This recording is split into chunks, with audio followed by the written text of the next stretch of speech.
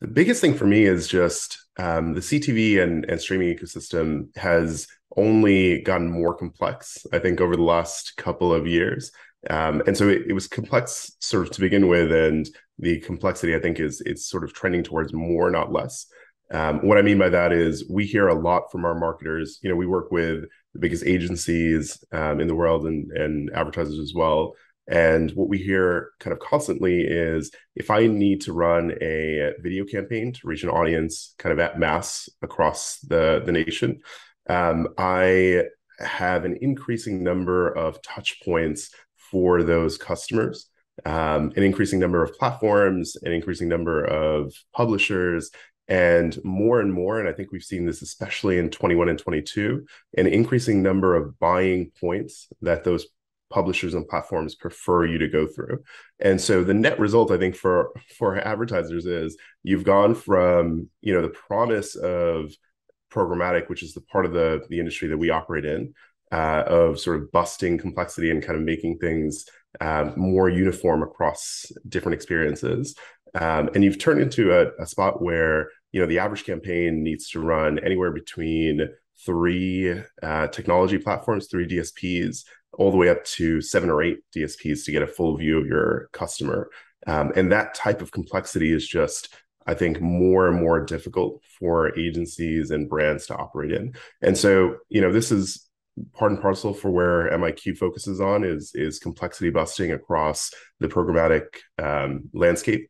We're a services provider, so our goal is to be agnostic and partner with the preferred buying mechanism for any of the sell side to make sure advertisers are able to focus on what they care about, which is driving marketing outcomes. What problems does complexity create for advertisers and marketeers in the CTV ecosystem? How does it impede spending and growth? Three big categories of problems, I think. And by the way, they rank across every part of marketing execution. So the fact that you've got 8 platforms that you need to buy across to execute across an entire audience means you've got tons of planning complexity across those platforms, right? How do you go from I've got an audience of 20 million auto intenders that I care a lot about, and I want to reach them in sort of a consolidated manner, to forecasting across all the different platforms and how much inventory to allocate across each of those, especially where the platforms want to share less and less data kind of across each of them, right? So planning complexities tend to be one of the big ones. How do you get sort of an agnostic view about kind of what your audience is doing across all the different ecosystems that are out there in CTV today?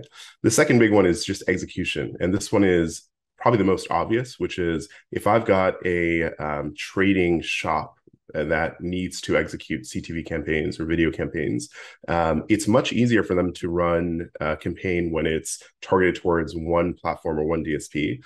And the complexity scales almost linearly across as many platforms as you add, right? So as soon as you get to 3, 4, 5 DSPs, your trader is almost doing more work in terms of just monitoring and setup than they're doing what you kind of pay them for, right? Which is to optimize and drive outcomes for your campaigns. So execution challenges are kind of the big one for complexity. And then the last one is measurement. The last couple of beat retreats, we focused a lot on measurement, and I think it's an important piece of the puzzle. One big part of measurement I think that we've got to talk more and more about is kind of what total video measurement looks like. So not just within the CTV space, but marketers are not running CTV in silo. It's CTV linear, but it's also online video and social video, and sort of bringing those into the ecosystem as well. And then, kind of measuring towards outcomes that matter, not just reach frequency, but things like, attention and actual sort of down funnel sales. And so I think complexity affects all of that, from planning, activation, measurement. And again, this is where our focus tends to be, is how do we absorb a lot of that for our agencies and brands and, give them an interface that's a little bit more simple to navigate. So you're helping buyers deal with this complexity. Are there practical steps that you would like the industry to take collectively to try and address some of these challenges? I think a lot of it comes from the willingness to work together, which is why I love what BEAT stands for, and the mission for, kind of bringing all the industry parties together in a single place for them to kind of work through some of these challenges.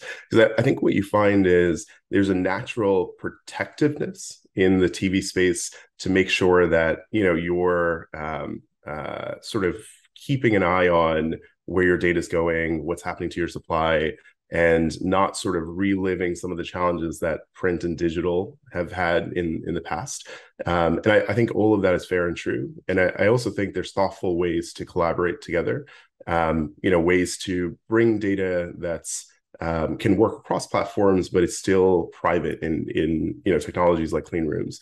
And so, the thing that I'm sort of excited about is how do we just foster that dialogue a little bit more and talk about what are use cases that are common among all the different players in the space, and are we willing to sort of collaborate to solve some of those use cases? So finally, Mo, just to wrap up, give us a sense of what's new with MiQ this year and what you're excited about with MiQ next year. So we just closed a massive private equity round earlier in the year, and so that was sort of announced in the trades. And the focus for that round was really giving us some firepower to double down on areas that have worked for us. And the biggest area for us is really the TV and video space. I think the growth in that space and the demand from our agencies and brand partners has been awesome. And so what that means for us is that unlocks a little bit of an opportunity for MiQ to sort of play in areas that we haven't played in the past. So typically for a programmatic player, you're very much operating in the exchanges and the technologies in the weeds.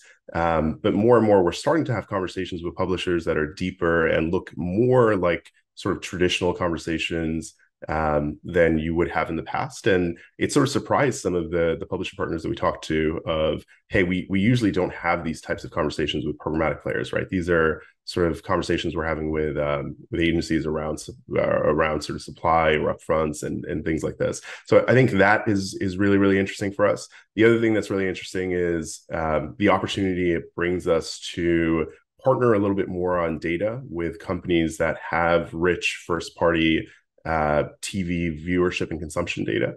And so I think you'll see a little bit more of that, coming both the kind of tail end of this year and the start of next year, as some of the companies who historically have kind of kept that data, to themselves are starting to look at the ecosystem and say, can I drive more value by partnering with companies like MiQ?